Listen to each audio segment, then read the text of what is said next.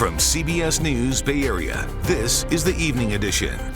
Now at 11, the Warriors facing an elimination game. An unlikely hero comes in to save the Dubs season to move to the next round of the playoffs. And while the game was in Houston, the party was right here in the Bay Area.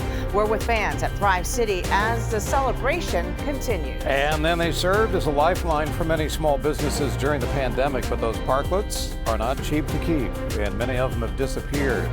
How one business owner, inspired by Legos, is working around the red tape.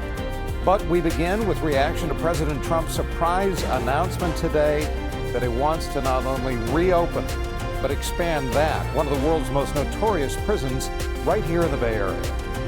It's long been a symbol, Alcatraz, of whatever it is. I mean, it's a sad symbol, but it's a symbol of law and order. And, it's got quite a history. It has been 62 years since the last federal prisoner left Alcatraz. It was built to be hard to escape from. For 29 years, it housed notoriously dangerous inmates until it was deemed too expensive to keep it open. Prison averaged somewhere between 260 and 275 prisoners at any one time, including criminals like Al Capone and Machine Gun Kelly.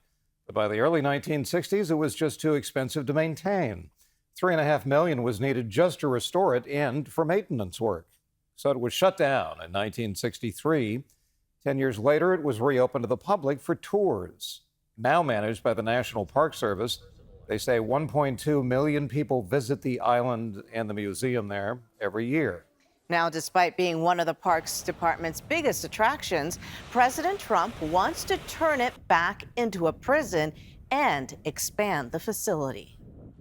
John Martini was a park ranger for over 25 years and has literally written the book on Alcatraz. John, thank you so much for joining us tonight. I want to start with the logistics of all of this. It's been 62 years since it closed as a federal prison. Since then, it's been transformed into a major museum, a tourist attraction. What would the first steps be in starting this conversion? Well, I guess you have to first define what a conversion is. In reading the statement, it's unclear whether or not they meant to restore the prison the way it is standing today and take it back to the way it was when it was a federal penitentiary 60 plus years ago, or it's to tear down and build an entirely new facility, either one of which would be daunting on Alcatraz Island in the middle of San Francisco Bay. We've heard about it doesn't have a sewage system, it doesn't have a water system. So what do you see as the biggest logistical issues here? The issues that caused it to be closed down when it was an operating penitentiary, which was first the cost of keeping a man on Alcatraz. It was 3 times the cost of keeping someone in an institution of similar size on the mainland, because water had to be brought out. Fuel oil had to be bought out. You had to maintain not only the prison and the prisoners, but also too all the staff who lived on the island. So that's one major constraint.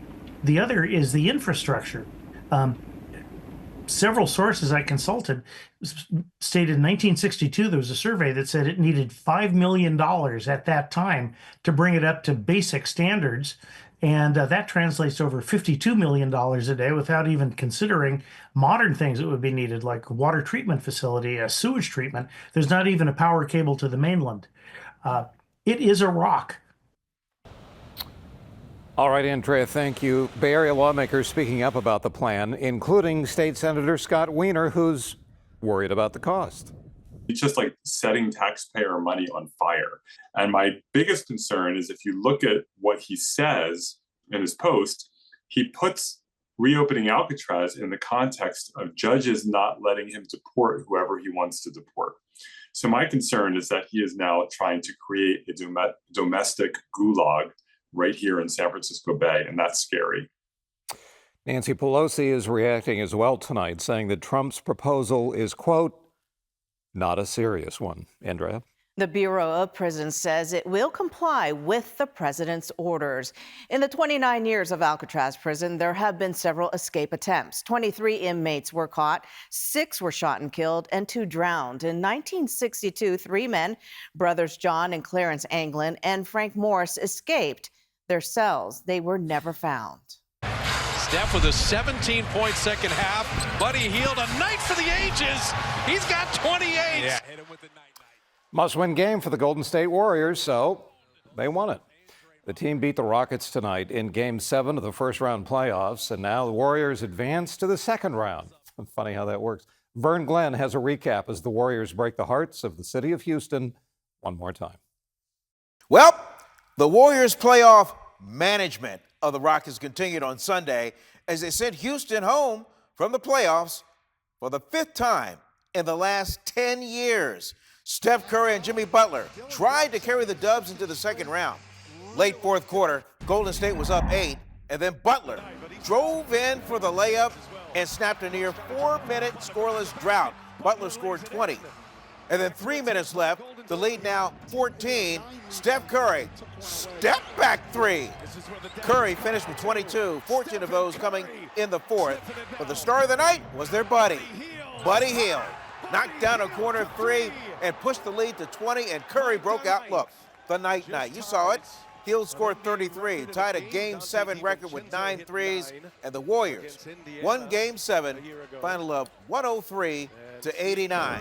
And when I think back to the trade deadline where we were as a team, I'm so proud of these guys for what they've accomplished to put us in a position, you know, as Steph says, to play meaningful basketball and to give ourselves a chance. And this is all you want every year. It's, you know, do you have a chance? And we've got a chance with this group. I think we're right where we need to be, right where we want to be, with an opportunity to continue to extend this thing, and we believe.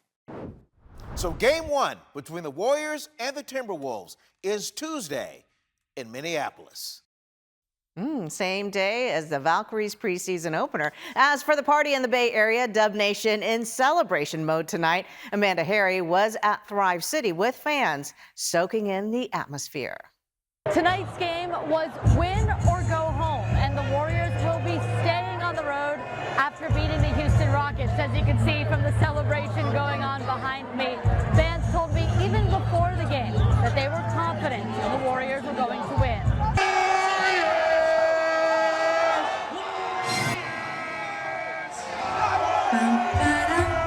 Thrive City was filled to capacity as Golden State Warriors fans cheered on the team in Game 7 of the series. Philip Parker says the energy at the watch party was electric.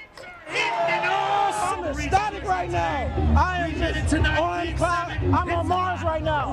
Just like I predicted, I knew we would win. You can't lose. It was a win-or-go-home scenario. The Warriors jumped out to a 3-1 lead in the series, but dropped 2 games in a row to the Houston Rockets. The last one was at home, and Parker was there for that game too. Let's go! I paid $600 to get in that game last game, and we lost. So they owe me a win. He had faith the team would win when it counts, Game 7, and he came out to watch the Warriors with the community.